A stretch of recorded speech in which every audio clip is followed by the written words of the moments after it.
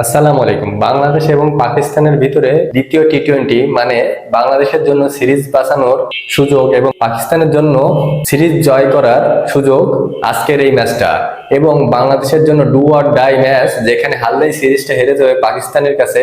সেখানে আসতেছে বড় পরিবর্তন, নির্ঘাত দুইটা পরিবর্তন তো অবশ্যই আমি দেখতে পাচ্ছি।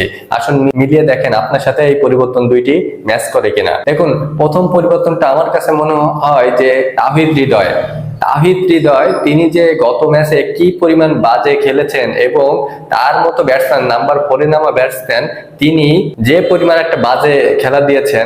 22 বল খেলে 17 রান, মানে 77.27 তার স্ট্রাইক রেট, যেখানে 200-র বেশি রান টার্গেট দিয়েছে পাকিস্তান, সেখানে তিনি 22 বলে 17 রান করে। এটা কি মানা যায়? এটা আপনি কি ওইখানে আপনি পাড়ার ক্রিকেট খেলতে গেছেন? গলির ক্রিকেটে তো এর থেকে বেশি রান হয়। আপনি ইন্টারন্যাশনাল ক্রিকেট খেলতে গেছেন, 22 বলে 17। আপনি মানে উগান্ডার প্লেয়াররাও এর থেকে ভালো খেলতে পারে, যেখানে টার্গেট 200+, সেখানে আপনি 22 বলে 17 রান করেন।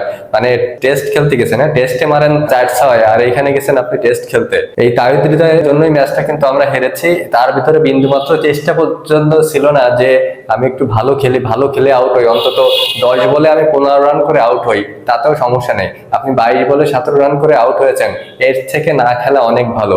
আমি মনে করি যেন সব থেকে বড় পরিবর্তনটা হবে এই যে তাহিদ হৃদয়ের জায়গায় হয়তো বা আমরা দেখতে পারি নাজমুল হোসেন শান্তকে। নাজমুল হোসেন শান্ত যে ভালো প্লেয়ার সেটাও বলবো না, তবে অন্তত তাহিদ হৃদয় থেকে তার ভিতরে চেষ্টাটুকু আছে, তার ভিতরে ওই চেষ্টাটা আছে যে না, আমাকে দলের জন্য অন্তত একটু পিটায় খেলতে হবে, মেরে খেলতে হবে।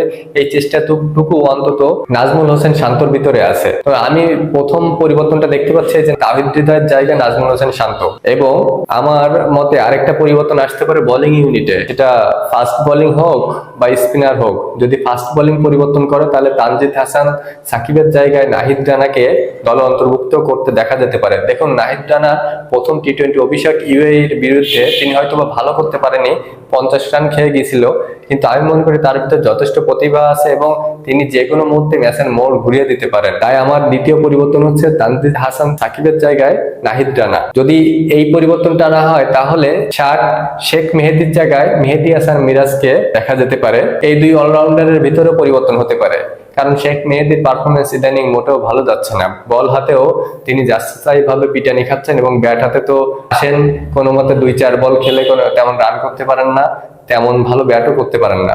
ওর থেকে আমি মনে করি যে যেন মেহেদী হাসান মিরাজ আরো উপযুক্ত। মেহেদী হাসান মিরাজ বল হাতে কতটা কার্যকর হবে বলা যাচ্ছে না, তবে বিপিএল এ কিন্তু তার কার্যকারিতা দেখা গেছে। অনেক ম্যাচে তিনি দুর্দান্ত বল করেছেন এবং একাই ম্যাচ জিতিয়ে এনেছেন। মেহেদী হাসান মিরাজ দলের জায়গা পেতে পারে এবং দলে ঢুকে যেতে পারে। আপনি কি মনে করছেন? অবশ্যই জানাবেন, এবং ভালো লাগলে পাশে থাকবেন। লাইক, কমেন্ট, ফলো করে ধন্যবাদ।